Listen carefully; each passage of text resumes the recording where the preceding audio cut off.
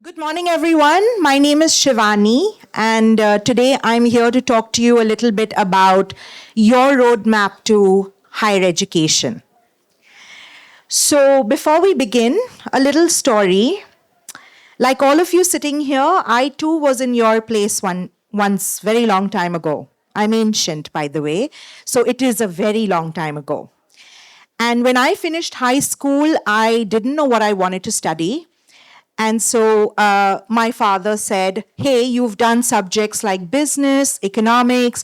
Why don't you study economics?" And I decided that, okay, let me give it a shot. And I applied to universities. I used to visit the British Council at that time every day, and my application was handwritten. Yes, that's how ancient I am. We did not have digital application forms. So I would visit, I would fill in my application, I got my acceptances, and I went and did law and social sciences at the University of Nottingham in the UK, which was amazing till I realized that I didn't enjoy that subject at all. That was so not me.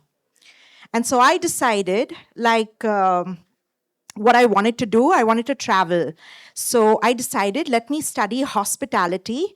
And so I did a course in hospitality, and that took me to Mexico for 2 years, where I spent working with a destination called Puerto Vallarta, beautiful place.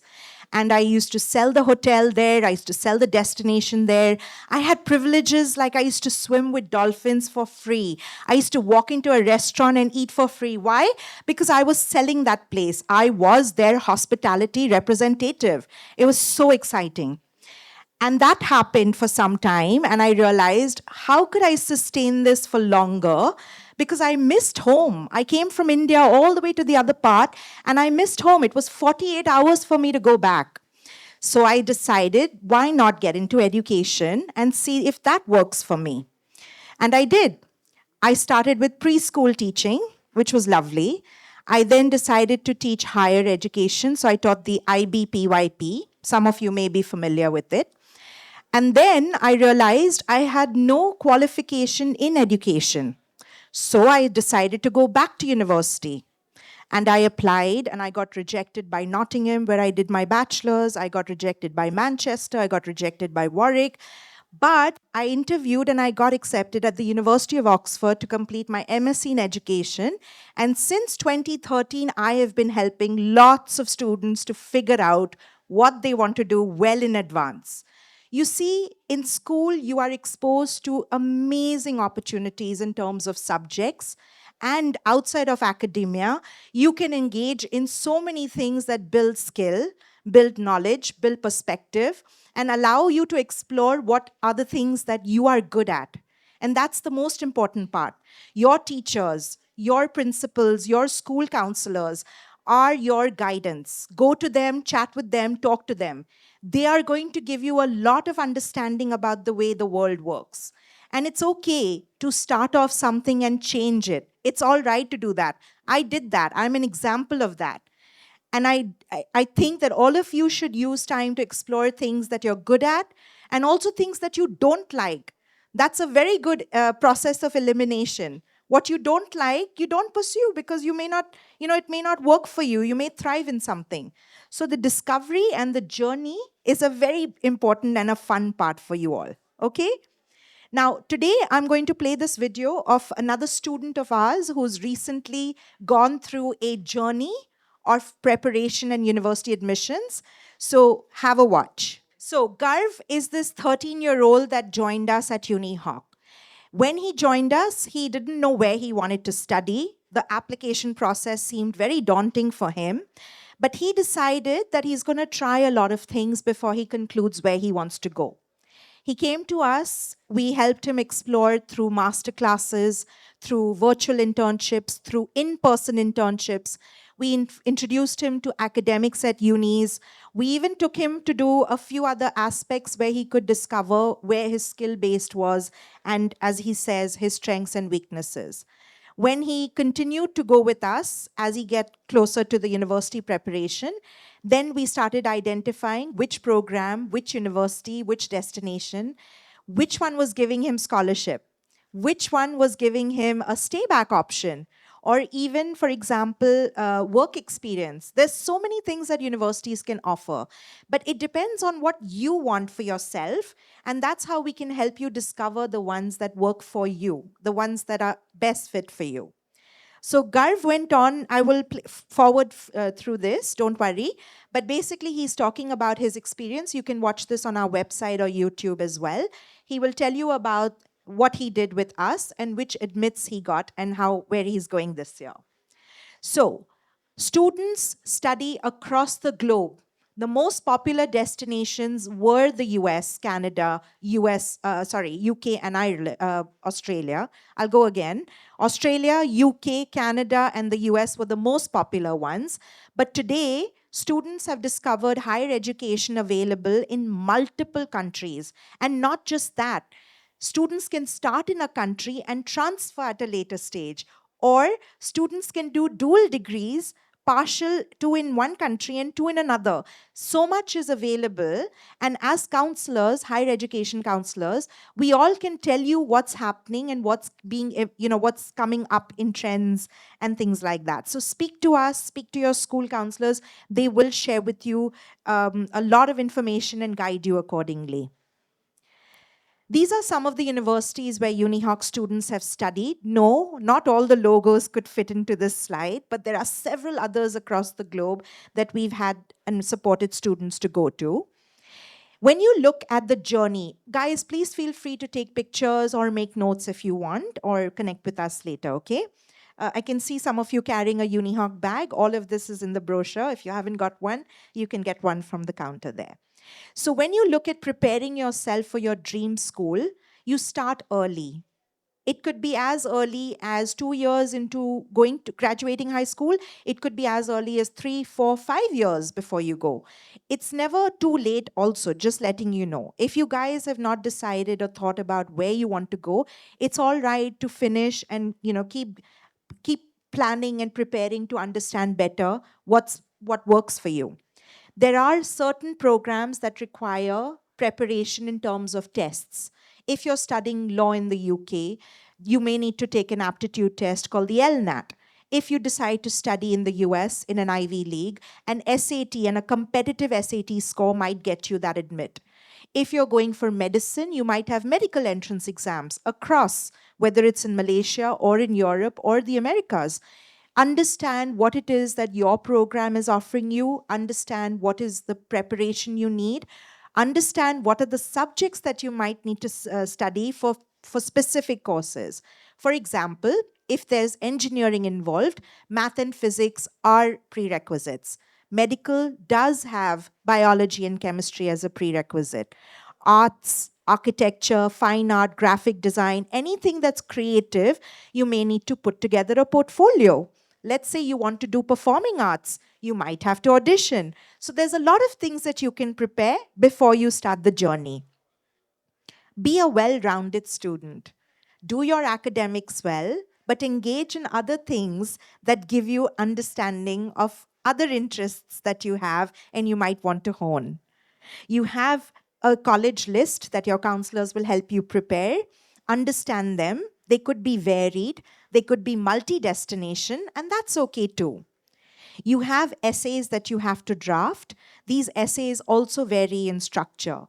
Some countries prefer that you write very objectively. Some prefer you write creatively.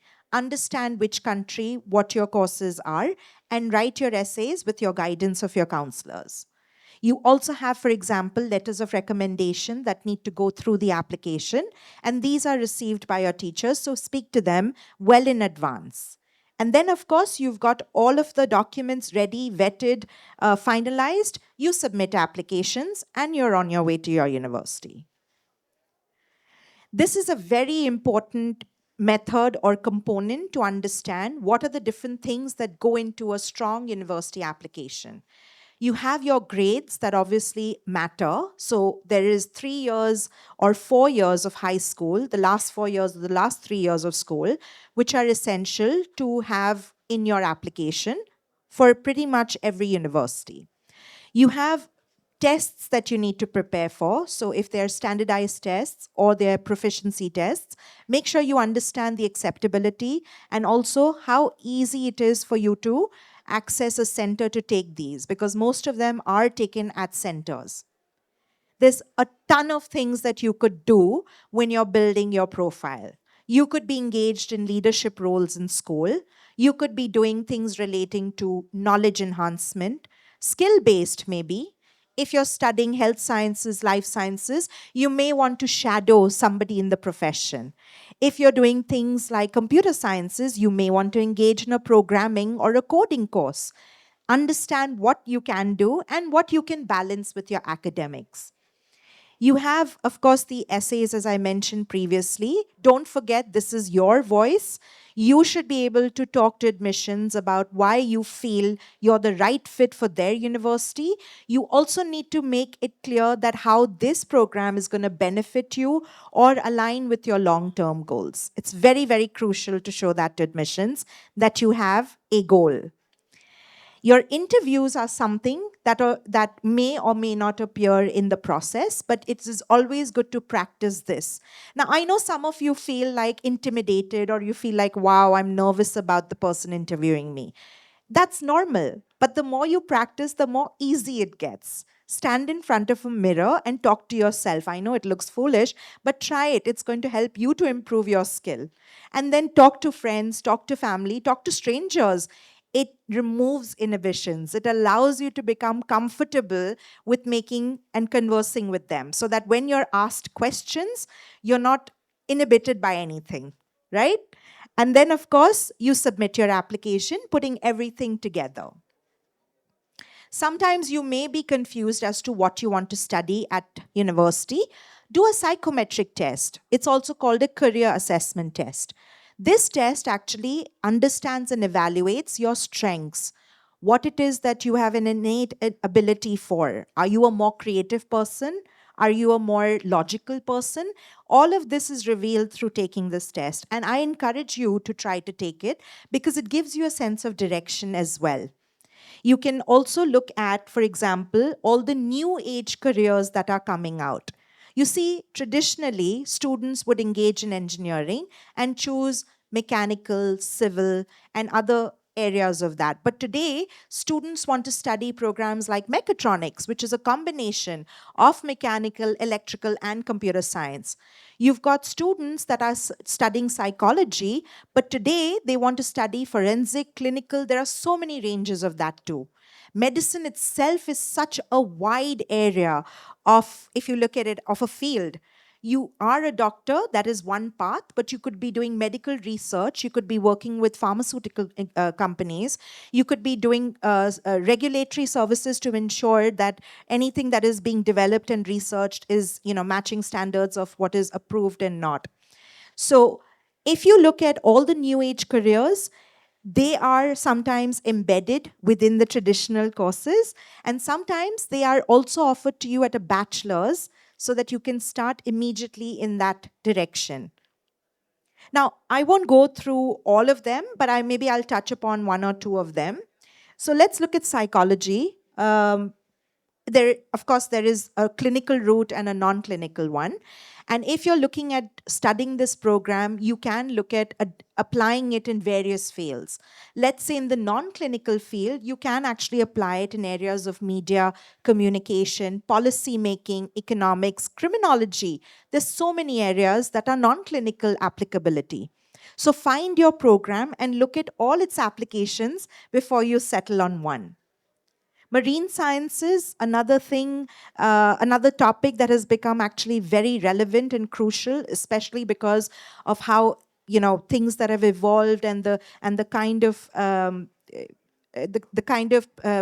so if you look at marine sciences, for example, there's a lot of areas that you can specialize within this field itself, and you can learn how to obviously help ecologically, but you could also help in scientific discovery of how you can utilize our own resources that are available. Preserving it is also something that's become very, very crucial. So understanding the subject gives you array of lot of different areas you can apply your knowledge in. Film production, very exciting. A lot of people like to be front stage. Some people like to be backstage. There's skill in everything. And go try it. You never know which one you would thrive in. Product design has also become popular. I mean, there's been a lot of companies also that can tell you that, like IDEO, Apple. Of course, we knew traditionally that there was a purpose, a usefulness of a product. Today, everything is about let's combine the usefulness and the aesthetic value of it. So everybody wants to see, that it's appealing as well as functional. Media and communication, again, a very popular career, and there's a lot of different areas that you could involve in. Cybersecurity, this becomes increasingly important on a daily basis now that there is so much access to data across borders, and there's so many people that actually depend on data to make strategic decisions for the future. So if you look at cybersecurity as an area, its applications are also very wide.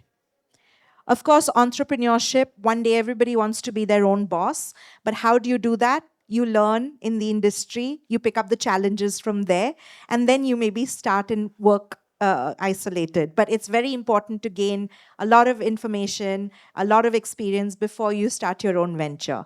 Although we have a lot of students we've come across who start their venture as an experiment, and when it takes off, they decide to drop everything and go ahead. One such example I want to bring up is a company called Zepto. Have you heard of it? Okay, it was a concept of having these local vendors of fruit, vegetable, and easy access to things on a quick. Have you heard of Noon Minutes? You've heard of Noon Minutes, right? So very similar. This was something that a child decided that he wanted to implement. He obviously received funding for it, and he actually went all in all with it. Today, it's $1 billion company. And the concept that he developed, maybe something that he wanted to use for his university admissions, he was able to put it together in real life and made it a reality. So becoming an entrepreneur is very exciting. But even though there are challenges and there are failures, don't give up. Learn from them and do what works in the next stage. Social impact consulting, you've got careers in AI now, you've got also nanotechnology, because that becomes increasingly important as technology has advanced also. Fintech, this is a program that was unheard of 20 years ago, but today everything, I couldn't transfer money on my phone that I can do today by a mobile number. But there was a time when you had to go to the bank and you had to do this request for a transfer. And some of us remember that time, but things have changed. And because things have changed, even the universities have changed the offerings at their bachelor's level and master's level. I'm going to just jump into this slide and spend about a minute here. I want to tell you that although you all have enough going on with you, high school is demanding, studies are demanding, homework comes, concepts are confusing, sometimes it's going above your head, sometimes you need extra help. Don't worry. Everything will come as it needs to come. Just persevere. Don't stop. Keep trying to practice and learn. It will help you a great deal. And if you look at all the other activities that you do, you will be able to, for example, engage in learning from somebody else as an expert in the field. And that also helps you. If you want to study medicine, go shadow a doctor. If you want to be studying anything related to engineering, go shadow somebody in engineering. You want to understand how the stock market works? Go see how the trading floor is. Seriously, there are so many simulations available today in with a press of a button on your phone. Do these things, and of course, don't hesitate if you want to learn a foreign language too. Trust me, if you can speak a foreign language, and if you decide that you want to live, work, and study in that country, you will not just network with the international students, but even the locals, and that helps a great deal when you want to build a career. This is just some advice that I give all the students. Now, there's a lot of programs that we at UniHawk offer students where they can engage with a multitude of different knowledge enhancement and skill-based initiatives. Some of them are our courses that we offer online, internships also with experts. You can also look at any of the trips that we organize focused on either community service, cultural immersion, or education.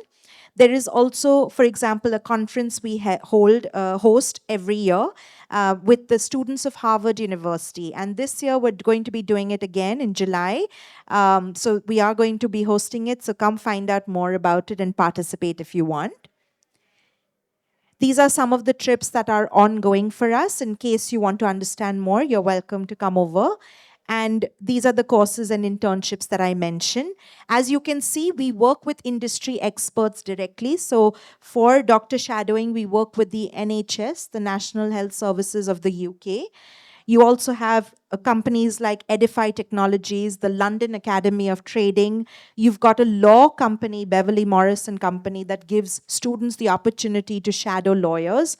And of course, we work with Cybersoft so that you can actually understand things like AI, programming, computer sciences. A lot of the virtual courses, the certificates are awarded by different companies again. So come find out and we'll be able to guide you more. These are some of the application processes. Yes, you have a question. Where do you find out? I'll send it to you right. Can we have a bag? Can we have 10 bags, actually? Yeah, thank you. So we'll send you that now. So when you have application forms, don't get overwhelmed. Application forms can differ, but they hold almost the same number of same number of pages or information they require. Standard documents, and of course, helping you with filling out. We help you with filling out all of the application forms quickly so that there are no errors. Okay. This is going to skip on. These are some deadlines that you may want to be aware of. If you're applying for programs related to medicine, or if you're applying to top rank universities, you must prepare and start early. If you're applying for other programs, let's say in Europe and Asia, you may have delayed dates. So that's okay too. Just make sure that you understand where you're applying and what the deadlines are for your country specifically. I'm just going to skip over again over here, where I'm going to talk to you a little bit about the different things that we offer. If you don't, if you're unsure about what program you want to study, like I said, do the psychometric test. It helps a big deal to understand your abilities and strengths. If you have test preparation, we offer you a free practice test. So don't hesitate. Come over, do the IELTS free practice test or the SAT practice test. That will allow you to understand where you stand at and then prepare accordingly. There's a lot of counseling we help students individually for to understand what kind of profiles they can build and prepare them for university admissions, of course. I will take questions if anyone has any at this stage. Don't feel shy. This is your moment, and this is when you should ask. How can students access me? I will help you with that. My colleague is bringing a bag. As you can see, some of them carrying it. They've got our brochures, our numbers and contact details are there. Just let them know you'd like to meet with the counselor, and they'll set you up, okay? It's UniHawk, by the way, Learning Lab. We're just outside as soon as you exit on the right. Yeah. Anyone else have any questions? Where do you want to study? Does everybody know where they're going? What they're studying? She said no, and she said yes. Two best friends sitting together. Are you sisters or friends? Friends, okay. What do you don't know? You're not sure. What do you want to study? Law. So is there something that you want to become a solicitor, barrister, business law? Okay, so corporate law is something that can be very adaptable to cross border, but it really varies when you're staying in one particular place. For example, a company that's set up in the GCC Middle East may have different law that they have to abide to if they're set up with a branch in China. So you see that kind of subject, learn from it in bachelor's, but try to experience in different places to see how the same functions change cross border. Interesting, very good. Anyone else know what they're studying or what they want to study? Do you have any questions? Yes. Common problem most students face. Should I give you my perspective? Oh, I used to get homesick. Like, I used to miss my home food the most. So I actually made friends with some seniors that were Indians in my university, and I told them that every Saturday you have to cook a meal for me, which is what I miss the most. That was a common problem for me. I think something else that you might find different is like I said, I did my bachelor's in Nottingham in the UK, and I wasn't used to stepping out at 4 o'clock in the afternoon with pitch darkness up there. Like, I wasn't used to that. Came from India, so the sun shines till about 7 in the evening at least. That was a common problem, to get used to the weather also to an extent. Yeah, but these are problems. They're challenges that you overcome. You get used to it, and it makes you better for that. Trust me. Any other questions? That was a fun one. Yes. What you need in the application. So, your standard documents, which is your passport copy. So, if it's not valid, make sure you renew it before you start the process. You have your academic transcripts. You also have, for example, tests that you need to take. And after that, you will have your letters of recommendation, personal statement, and you will have interviews sometimes. This will answer your question. Yeah, you're welcome. Please take a picture if you need to. Feel free. This is also available in our brochures in those bags, so please feel free. Any more interesting questions? I think this is a very nice session and you're Thank also you. open. I'm sure there are so many questions in your mind and ma'am is there to help you all. Anything which comes into mind as a student, anything you'd like to Nobody asked share me or about no? scholarships. Nobody wants scholarship?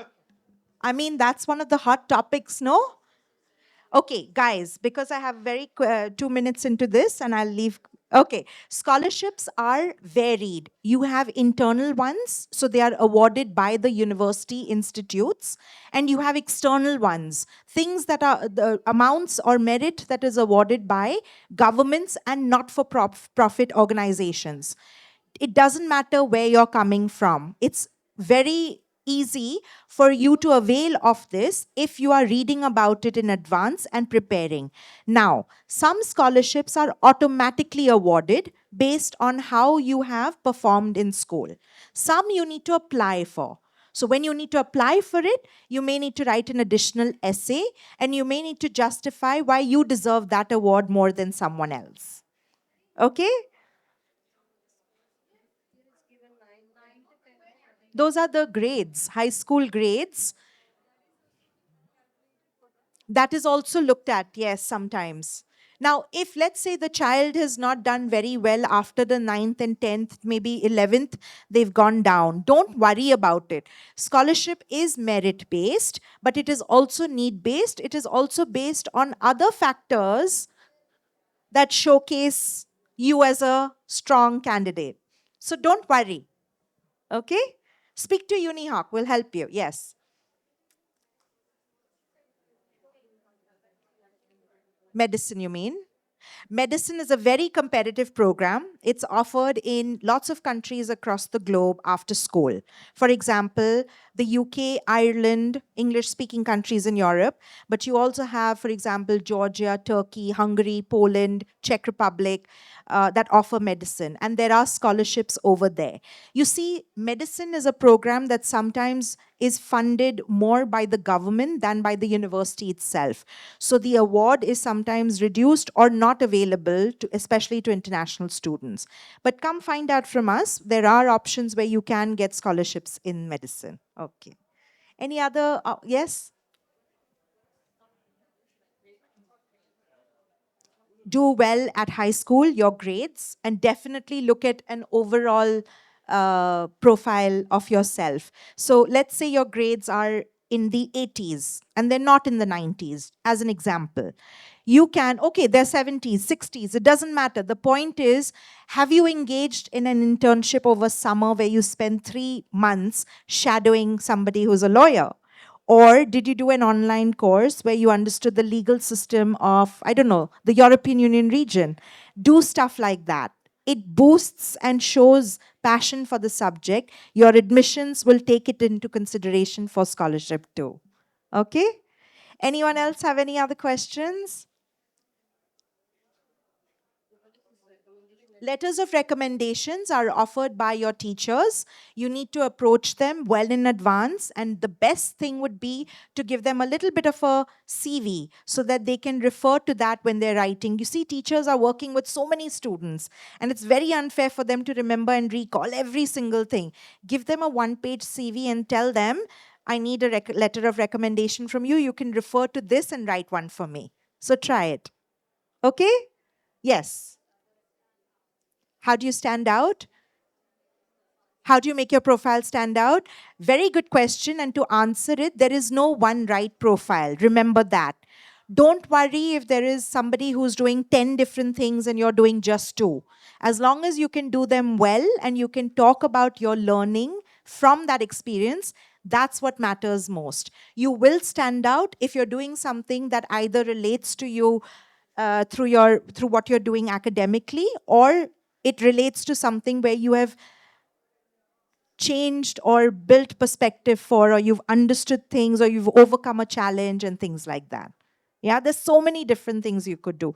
You could start a student club, like a blog or a club, where you engage with other students to bring awareness about a topic. It could be something that you're passionate about.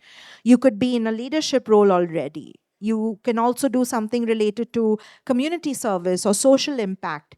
So there's so many things you can do to build a profile. Yes? Wonderful. Anyone else have any other questions? Thank you. Thank